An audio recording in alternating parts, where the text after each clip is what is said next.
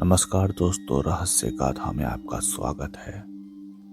आज हम आपको एक ऐसी सच्ची घटना सुनाने जा रहे हैं जो न सिर्फ आपको सिरहाने पे मजबूर कर देगी, बल्कि आप सोचने पर भी मजबूर हो जाएंगे कि क्या हर कहानी वाकई सिर्फ एक कहानी होती है।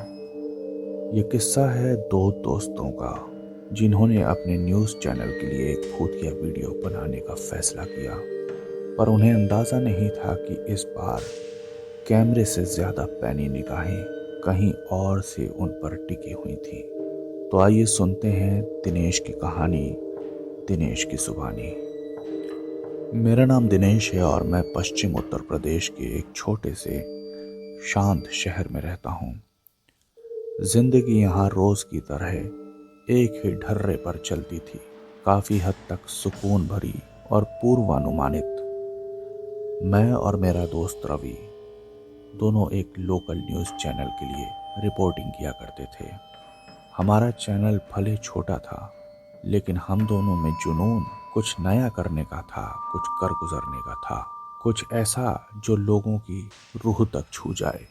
आमतौर पर हम शहर और आसपास के इलाकों की कुछ मसालेदार घटनाओं को रिपोर्ट किया करते थे, जो काफ़ी पसंद भी किया जाता था और चैनल के अंदर हमारा दोनों का काफ़ी नाम भी हो गया था। लेकिन हमारा मन इससे भरने वाला नहीं था। हम इससे भी ज़्यादा कुछ तूफानी करना चाहते थे। एक दिन हमारे चैनल के हेड ने हमें एक आइडिया दिया, भूतिया जगहों की सच्चाई की पड़ताल।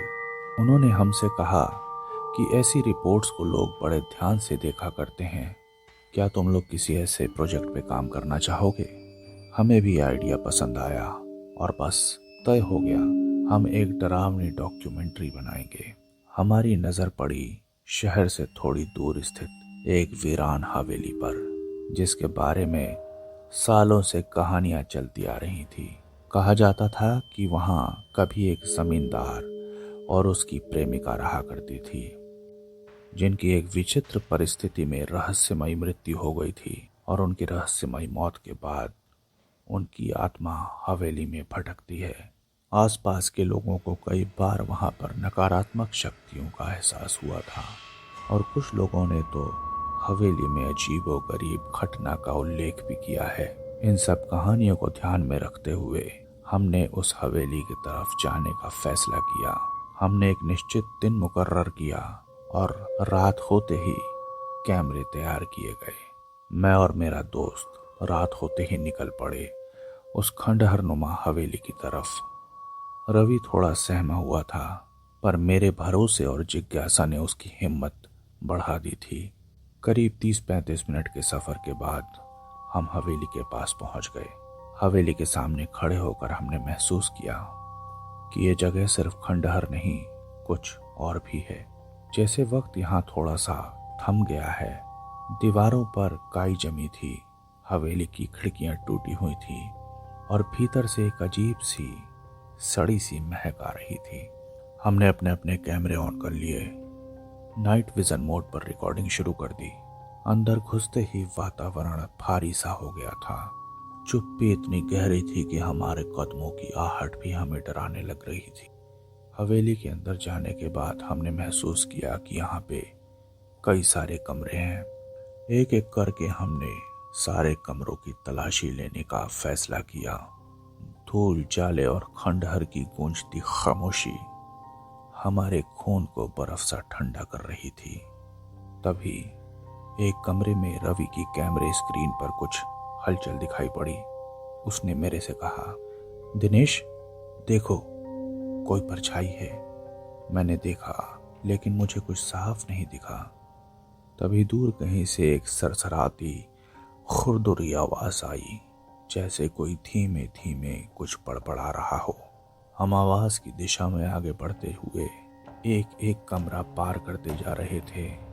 हम एक ऐसे कमरे तक पहुंचे जिसका दरवाजा अध खुला था।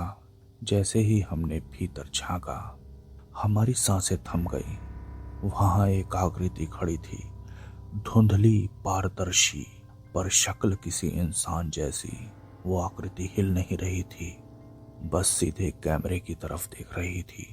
सबसे अजीब बात यह थी कि उसकी आंखें बहुत बड़ी और लाल थीं और उसमें एक अजीब सी चमक थी और उनमें कोई गुस्सा नहीं, बस जागरूकता थी। जैसे वो जानती हो कि हम कौन हैं, क्यों आए हैं और हमारे कैमरे भी। रवि कांपने लगा। ये असली है दिनेश, चलो चलो यहां से। फिर वो आकृति धीरे धीरे हमारी तरफ बढ़ने लगी। हमारे पास अब डरावनी स्टोरी शूट करने का जोश नहीं बचा था। हम सिर्फ अपनी जान बचाना चाहते थे। हम दोनों ने जोर से चीखना चाहा, लेकिन डर के मारे हमारी चीख हमारे हलक में अटक गई। लेकिन भाग्यवश हमारे कदम हमारा साथ दे रहे थे। हम जैसे तैसे भागते, दरवाजों से टकराते, खंडहर के बाहर निकलने की कोशिश करने लगे और हमारे पीछे वो आकृति सरकती हुई चली आ रही थी। हम दोनों दोस्त एक दूसरे का हाथ पकड़ के गिरते पड़ते किसी तरह हवेली से बाहर निकले। बाहर आके हमने चैन की सांस ली। हवेली से काफी दूर आ जाने के बाद जब हमने पीछे मुड़कर हवेली को देखा तो हमें लगा कि खंडहर की टूटी खिड़कियों के पीछे कोई हमें अब भी घूर रहा था। थोड़ी देर में हम अपने चैनल के ऑफिस में लौट कर आ चुके थे। ऑफिस में आने के बाद जब हमने वो फुटेज देखी जो कैमरे में कैद हुआ था, वो किसी हॉरर फिल्म से कम नहीं था। वो धुंधली आकृति, उसकी लाल आंखें और सबसे डरावना दृश्य जो हमें अभी देखना बाकी था, उस आकृति के पीछे दीवार पर मंडराता एक लंबा काला साया, जैसे कोई और भी था वहां पर, जिसे हम अपनी नंगी आंखों से देख नहीं पाए। उस रात के बाद हमारी जिंदगी कभी पहले जैसी नहीं रही। हमने वो वीडियो कभी प्रसारित नहीं की। हमने उस नौकरी को भी छोड़ दिया और उस शहर से भी दूर चले आए। आज भी जब कभी आधी रात में हमारी नींद टूट जाती है तो लगता है जैसे कोई फिर उन आंखों से मुझे देख रहा है। वो कैमरा नहीं था जो देख रहा था, वो कुछ और था और हम सिर्फ मोहरे थे एक अनजानी ताकत की पटकथा में। तो दोस्तों, अगली बार जब आप किसी डरावनी वीडियो को देखें तो हो सकता है आप सिर्फ देख नहीं रहे, कोई आपको भी देख रहा होता है। रहस्य गाथा में आज इतना ही। अगर आज की कहानी आपको पसंद आई हो तो एक लाइक बटन दबा दें और कमेंट बॉक्स में अपना नाम लिखना ना भूलें, जिससे हमें पता चले कि आप हमारी स्टोरीज देख रहे हैं। चैनल को सब्सक्राइब करना ना भूलें। नमस्कार, धन्यवाद।